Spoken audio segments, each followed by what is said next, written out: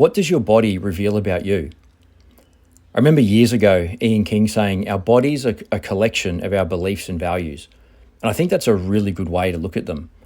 And over time, I've learnt that they don't lie. Now, people lie all the time, but our bodies don't lie if you know how to read them. A great example of this is anyone who engages in strength training. It's so easy to see their training program by looking at their body without even actually physically seeing their training program written on paper. You can see the areas that they prioritize. Another example of the body not lying is in sports training or in competition, whether it's against a clock or against an opponent. A great example in the martial arts that Cameron Quinn uses is to stress test your techniques against a non-compliant opponent whose objective is to hurt you.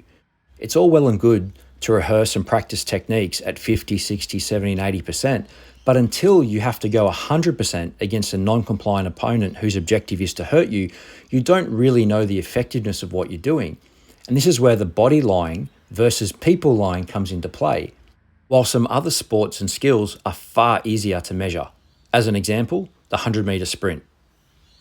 So with all that said, let's look at your body, or at least one aspect of your body, your feet. So when you're standing, what direction do your feet point in? Is one foot in front of the other?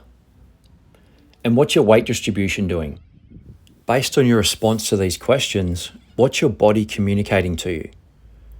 And what I mean by this is, have you got some tightness in one leg, so one foot points out in a different direction? Or have you got some pain that you're trying to avoid, so you're loading one foot more?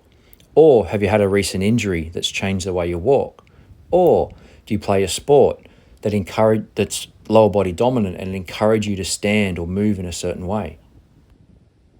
Projecting forward in your training, is your current foot position going to be helpful for your sports performance and for your injury status down the track?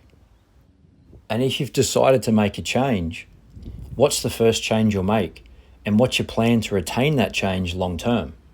These can be important questions to ask yourself, and you can ask these same questions for other parts of your body as well. Videoing your training and watching it back can also reveal a lot in terms of what's happening in the body. As an example, in this video, the horizontal bounding drills I'm doing up the beach are a great example in the body not lying. You can see how stiff I am, how relatively slow I am, and the fatigue in my legs, which will come as no surprise when I tell you I'd done a 6:30 a.m. gi jiu-jitsu session that morning, and then at 12:30 an hour wrestling session, and this physical prep circuit was immediately after that midday wrestling session.